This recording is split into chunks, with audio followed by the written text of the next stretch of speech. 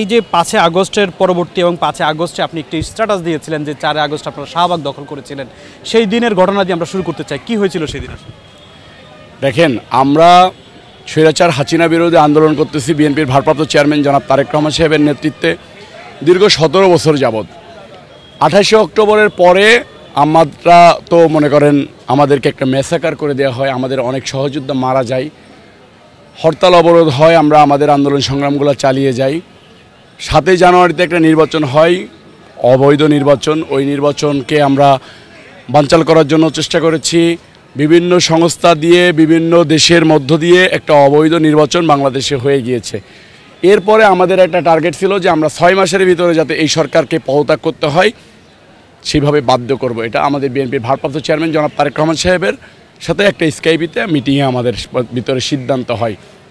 যখন কোটা বিরোধী আন্দোলন আসে, কোটা বিরোধী আন্দোলন আসার পরে 13 তারিখে রাত্রে আমার কাছে পার্টির হাইকমান্ড থেকে ফোন আসে যে কোটা বিরোধী আন্দোলনে আমাদের সকল সংগঠনকে সহযোগিতা করতে হবে।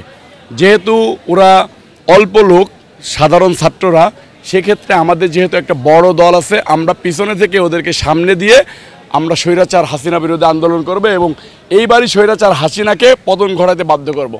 সেক্ষেত্রে আমাদের কৌশলগত কারণে আমাদের মনে করেন সব সমাবেশগুলোতে তো মহাসচিব যায়, অনেকজনই যায়, এইগুলোতে আমরা আমাদের পার্টির এরকম সিনিয়র নেতারা সামনে আসেনি, আমরা মাঠে থেকেছি। আমরা ছাত্রদল, যুবদল, স্বেচ্ছাসেবক দল, বিএনপির যারা ইয়াং রয়েছে এবং থানা পর্যায়ে, ওয়ার্ড পর্যায়ের লোক রয়েছে, তারা সব 24 ঘন্টা মাঠে থেকেছে।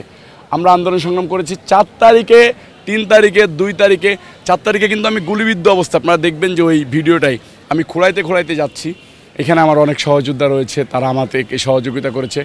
সকালবেলা যখন 19 তারিখে দিয়ে বলি, যেমন 19 তারিখে বৈষম্য বিরোধী আন্দোলনে কিন্তু কোনো কর্মসূচি ছিল না। বিএনপি প্রেস ক্লাবে মানববন্ধন দেয়, সেখান থেকে বিএনপি সিনিয়র যুগ্ম মহাসচিব রুহুল কবির, রিজভী আহমেদ আপনার গ্রেপ্তার হয়। তখন মনে করেন আব্দুল মুনায়েম মুন্না, নুরুল ইসলাম নয়নের নেতৃত্বে আমরা শাহবাগ সহ এই পল্টন এলাকা দিয়ে, শান্তিনগর, কাকরাইল, মালিবাগ দিয়ে ঢাকা শহরের সব জায়গায় ব্লক করে দিয়েছিলাম। এরপরে ডে বাই ডে আন্দোলন চলতেছে।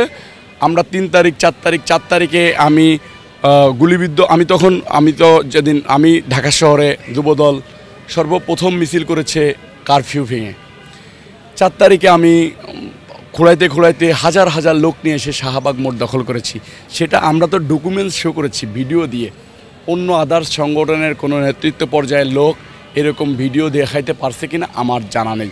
আপনারা আমি আরও 2-4 দিনের ভিতরে ভিডিও আপলোড করব, দেখবেন যে এই অঞ্চলে যত আওয়ামী লীগের, শেখ মুজিবুরের ব্যানার ফেস্টন ছিল, আমরা কিন্তু ওই 3 তারিখ, 4 তারিখ, 2 তারিখে ভ্যানিশ করে দিয়েছি। শাহবাগ মোড়ে যুবলীগের একটা অফিস ছিল, সেই যুবলীগের অফিস থেকে কিন্তু আমরা পুলিশ সহ ছাত্রলীগ, যুবলীগকে বিতাড়িত করে দিয়েছিলাম 4 তারিখে। মারতে মনে করেন ওই বাংলা মোটর পার করে দিয়ে এসেছিলাম আমরা। ওই দিন রাত্রে, 3 তারিখে রাত্রে বিএনপির ভারপ্রাপ্ত চেয়ারম্যান জনাব তারেক রহমান সাহেব আমাকে সিদ্ধান্ত দেয় যে 4 তারিখে, আজকে যেহেতু ওরা কেউ মাঠে এখনও যাইতে পারে নাই, আমরা শাহবাগ মোড় দখল নেব এবং কালকেই আমরা সরকার পতনের ফাইনাল রূপরেখা করে ফেলব। দেখেন, অনেকজন বলে যে সরকার পতনের ডাক এসেছে বৈষম্য বিরোধী আন্দোলনের কাছ থেকে 5 তারিখের কিছুদিন আগে। আপনি একটা ভিডিওতে দেখবেন যে আমি 19 তারিখে, 19শে জুলাই ওই পল্টন পার্টি অফিস খুলে দেওয়ার পরে নাইটেঙ্গেল মোড়ে ইসলামিক ব্যাংক হসপিটালের সামনে দাঁড়িয়ে গুলিবিদ্ধ অবস্থায়, আমার সহকর্মীরা গুলিবিদ্ধ হয়েছে, আমি গুলিবিদ্ধ হয়েছি। আমি তখন ঘোষণা দিয়েছিলাম যে স্বৈরাচার হাসিনাকে বিদায় না ঘটিয়ে আমরা রাজপথ ছাড়ব না।